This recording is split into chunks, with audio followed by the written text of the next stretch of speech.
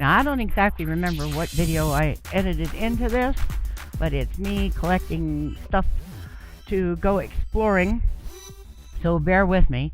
First thing is, I've been breeding donkeys. I can breed them with golden carrots.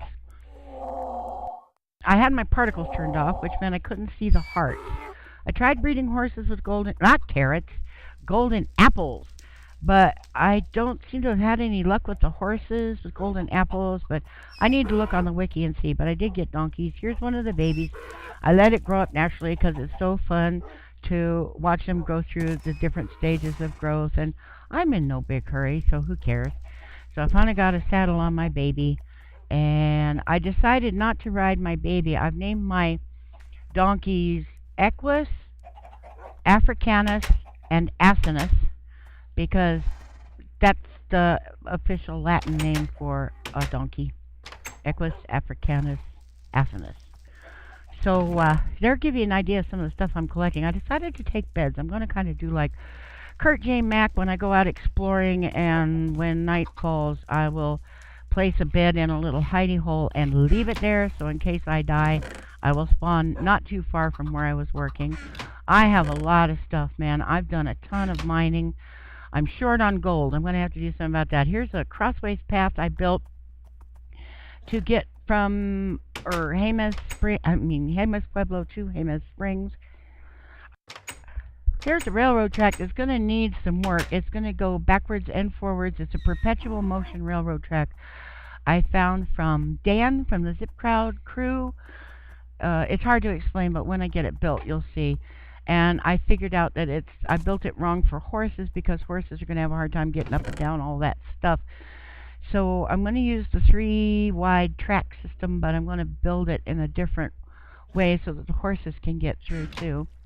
That's Jemez Springs, and we're headed toward where I spawned, where I built the jungle tree house, and where the double mob grinder is, you know, zombies and skeletons. And this is a very long swamp. I didn't make you go through it. This is about 40 minutes worth of video, all condensed down to less than 15. Okay, so Asinus is the baby of Equus and Africanus. We're now in front of my spawn house, and I'm going to go in and gather stuff.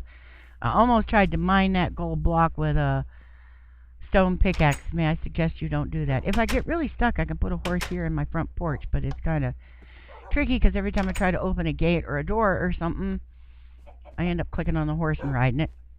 So here's my original house right by spawn. Downstairs I started branch mining and quarry mining. Some of you have never seen any of this. Oh, I'm also collecting mushrooms because I'm going to make huge mushrooms to sleep in while I'm on the road. That way, except in the dark forest where mushrooms grow naturally, I should be able to find my houses quickly because they'll be bright red. My back sun porch, it leads out to my barn and my farm and my jungle tree that goes up to my nether portal. The yellow stripedy is my barn that nobody stays in except my dogs, pretty much. And there's my ceiling that is also the ground. You can see my bed down there. So this is the jungle tree. It's trees on top of trees going up to almost the build height limit, because that's where I wanted to come out in the nether, is high up. So I didn't end up having to deal with lava lakes and all that kind of junk. I ended up with a really good spot. This is where I enchant stuff, and there's I almost said a forge, an anvil there, and I'm just gathering things. I thought you didn't need to be bored to death with me rummaging around in chests, because that's so boring. So, and my garden, that garden supplies me for this whole area. I don't need very much. I'm not breeding animals or trading with villagers and so on. So, but it's all the way from out here that I brought those 4 little villagers all the way back to Jemez Pueblo, and I've got 4 of them now. Here's my nether. You see I've changed the nether brick so I can actually see it. Everything is much darker. In 1.7.2, I'm impatiently waiting for Optifine to come out. See how much fog there is? I hope that Optifine will help me reduce some of that fog. I know they're doing this to reduce the strain on their own servers and stuff, because if they can blur out background, then this is my base in the nether, then they don't have to render it, so it'll be a lot less work on them. but it makes it a lot harder for me to see. So I'm hoping that reducing fog will reduce what is amounting to, they're doing it for render purposes, but amounting to sort of like void fog everywhere. But I don't know. I've got my MIP map turned up so it'll blur things out so they don't have to record every single leaf and every single leaf block and stuff like this. This is leading to my fortress, but I took this little side road because there's a bunch of mushrooms I wanted to harvest. Doesn't the nether look weird? But you notice I can see. So lots of red mushrooms out here. Don't have too many in the overworld. My track's going to need revamping in case I want to bring horses through here. But it is fairly protected from ghast, although I've noticed in 1.7 on a lot of people's videos that ghasts can seem to see you even when you're so-called invisible and will shoot at you even if you can't see a ghast anywhere around. So just know that ghasts are behaving in a very peculiar manner and seem to be psychic. Creepers have become rather psychic too. They have been able to see me and other people through glass and pathfind. So, you know, you need a bunch of pathfinding gas. So I went through the whole nether fortress. I just wanted you to see the structure I'd built to try to help prevent me from getting blown up by gas while I'm getting back up to my railroad track. Now I'm going back through to the overworld on top of my jungle tree. And I thought I'd give you a little bit of a view. It's not rendering very well. There's my garden down there and my livestock and whatnot. The jungle has not been too explored in that direction. That leads to that double mob grinder thing, which is just beyond where it rendered. I haven't gone that direction very far. In fact, I haven't gone too far in any direction from spawn except toward Jemez. There's the railroad track that goes to Jemez Springs, Jemez Pueblo, and the sawmill. So I haven't gone too many blocks direction in either direction. There's my farm and another jungle tree that's pretty much just a very large tree that for some reason cows climb, and then they climb up the vines and then they fall and they die. So I'm frequently coming out there and finding cow parts. So, and there's my enchanting area down the tree. Yeah, I'm a little short on gold. I did find out when I was in this house here in spawn, when I was looking at the video, I got the ingots of gold, the gold bars, but I left a stack of 6 gold blocks, so I had to come back all the way back here after I edited this video and get the 6 gold blocks. Here's where I've been tunneling and found an abandoned mine shaft. There's a view of the jungle tree and the barn and a little bit of the house. The house is mostly subterranean. I tend to do that. I tend to make hidey holes underground and then make them into elaborate structures and build whatever else I need on top. The blue lapis goes under my whole jungle stuff to a ravine out in the swamp that I explore sometimes, but it scares the snot out of me. It's also connected to the abandoned mine shaft that's in that hole. So you can get right over the top, go right by the river, and there's my front door and my donkey. And I got my gold block, so my spawn point is right past that chest. We are right where I spawned originally in this version of the game. And I was on 1.4.7, I think, when I started. There's my to-do list, that I made the to-do list and never went back to it. I should go back and look at it just because it's interesting. Trying to make lists so I'd be an organized player, but you know this game, you'll see this track will make a lot of sense. Tons of pumpkins. This game, you make plans and then the game comes up with stuff, or they upgrade things. I think I see a dungeon over there. Underground, in the invisible part.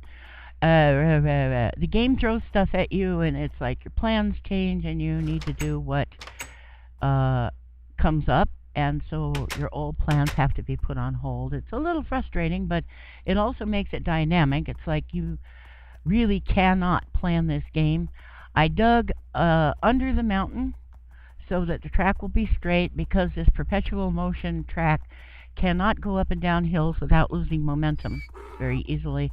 So I'm trying to keep it as flat as possible, so I just went right through the mountain. We're taking the straight route instead of going around the desert. And this leads into my cow and sheep and pig pasture. And there's a kiva right here. And then the Pueblo is in front of us to the left. There's the old railroad bridge that I won't be using. You see, it's kind of tricky to get through this because of these perpetual motion blocks. So I'm going to put the perpetual motion blocks on either side with a bump in the middle that the horses can just jump up on the, or walk up on the thing, on the middle block. It'll be easier for horses and stuff. And that doggy's a good jumper, got a lot of health. I wasn't on default, but I think I'm going to switch over in this video so you can see it better. I've got 4 villagers now. One of them trades for Ender, Eyes of Ender. So I don't have to go back to the Nether just to get blaze rods, just to make Eyes of Ender. I've got a bunch of obsidian I dug out. So basically what I'm saying is I'm just about ready to make, what are they called? Ender chests. So I should have plenty of them to take on the road with me. Every place I'm building a mushroom shelter for overnight. Every place I'm going to also put, you know, like a crafting table and a chest of ordinary things, and, you know, make a little base camp at each one of the spots where I stay. I also plan to make another portal back, not necessarily from every place I stay. It depends on how many blocks out I go. But face it, it is easier to get back and forth by using nether portals than it is by walking overland. It's also a lot less treacherous now that land is full of holes and there's surface lava and ravines you can't see because of too tall grass and really tall flowers. Oh, I also found a bunch of sunflowers. I found a sunflower and I bone mealed it. So I have 64 sunflowers now to take on my trip. So wherever I camp, I will always know which direction is east. Not that I'll be traveling east, but it's like having an instant compass. Although I should have lots of compasses because I've been trading with villagers. I will also have lots of clocks.